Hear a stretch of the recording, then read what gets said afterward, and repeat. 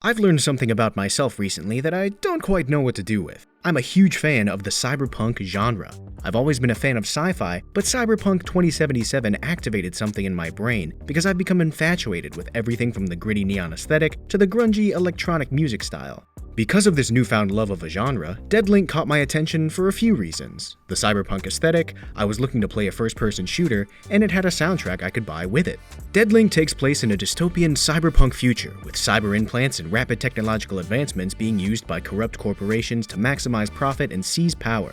You play as someone. From what you're able to gather, you are a volunteer's brain, with no memory of your living self, that is being utilized to control experimental combat shells for the Corporate Security Agency, or the CSA. The CSA is a federal organization with the goal of bringing down rogue corporations that are sowing chaos.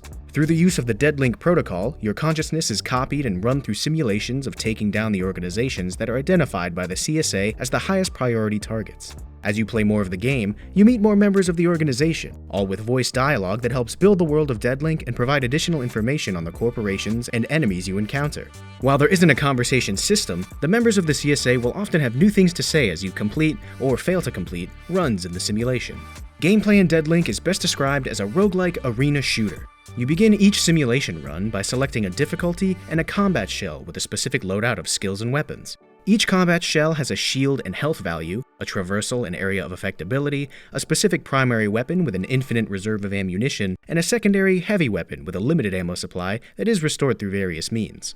During a run, you navigate locations broken out into rooms, or combat arenas, where enemies spawn and must be eliminated on the path to the area's main boss. The action in Deadlink is a high-octane FPS experience that has clearly been inspired by Doom Eternal's combat system. Abilities and grenades mark enemies, increasing their damage taken and causing them to erupt into shields and secondary ammunition for you to collect. This is a really engaging decision that creates an incentive to focus on the action, forcing the player to be mindful of their resources since the most reliable way to recharge shields is to defeat marked enemies. When your shields are depleted, you begin to take health damage, which can only be restored through medtech rooms or by spending credits at the shop. There are also constructor balls, or C-balls, spread throughout each arena that will grant secondary ammo when broken with a melee attack. Between each combat arena, you can select from a number of rewards, such as weapon and combat shell upgrades, implants, or credits to spend in the shop. One thing to note is that there is always a shop before the boss fight, which allows you to have the opportunity to heal HP by spending credits before the encounter.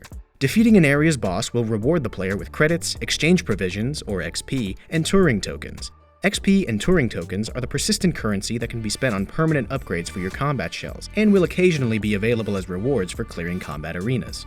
Weapon and combat shell upgrades augment your loadout, often granting additional effects to abilities, elemental damage, or increasing weapon reload speeds. In addition to upgrades, implants act as the system of equipables that will dictate your build throughout a run. Combat shells have a limited number of implant slots that are broken into 4 specific activation triggers with an energy output associated with them. These triggers are tied to actions you will perform during combat, such as switching weapons, using abilities, and breaking C-balls.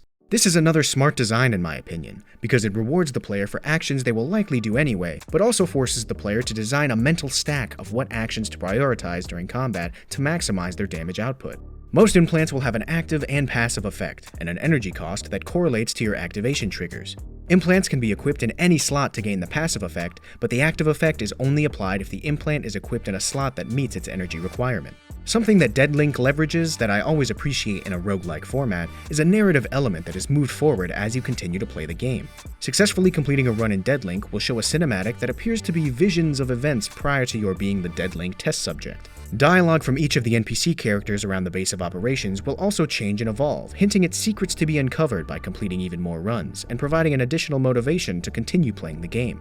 It's not the strongest narrative device I've seen in a roguelike, but I still think it's a good decision and adds a mysterious, speculative, world-building experience to Deadlink. As I got more familiar with Deadlink, I was having a ton of fun and found that I needed to move on to the higher difficulty level to continue being challenged. However, the higher difficulties unfortunately highlighted some issues that I think are worth noting. The higher damage revealed strange projectile hitboxes or behaviors of enemies that result in you suddenly losing large amounts of health without warning. Some projectile attacks will occasionally continue firing if the enemy is stunned or if the player activates invisibility during the attack.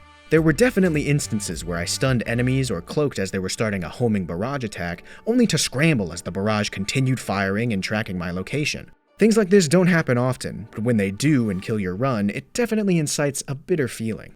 Another item worth mentioning is that there's a permanent upgrade you can buy that gives you an extra life, but from what I can tell, at least at the time I'm making this review, there is no indication in the UI that says if it's been used or not. This can result in situations where it's consumed early in a run without noticing, and cutting a run short when you believed you had an extra life. There are also some inconsistencies with ranged attacks and how they interact with walls and terrain. There are times where projectiles will appear to travel through terrain and other objects, but sometimes they will dissipate. From what I've observed, I think the game engine has a small collision box at the center point of the projectile. If that collision box makes contact with a wall or terrain object, the projectile will dissipate. But if that collision box does not collide with other game objects, the projectile will continue until it does. This occasionally creates situations where large projectiles will appear to ignore pillars and terrain, with close to half of the projectile going through a solid object and hitting you. This is very apparent during some boss fights, where wide projectiles can surprise you by going through terrain around the arena. Engine oddities aside, Deadlink is a ton of fun to play and really delivers a polished, blood-pumping FPS experience.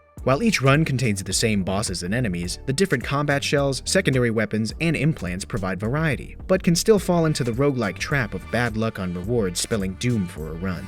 Overall, I was very impressed with Deadlink, and I think it's a game I can continue playing for a while.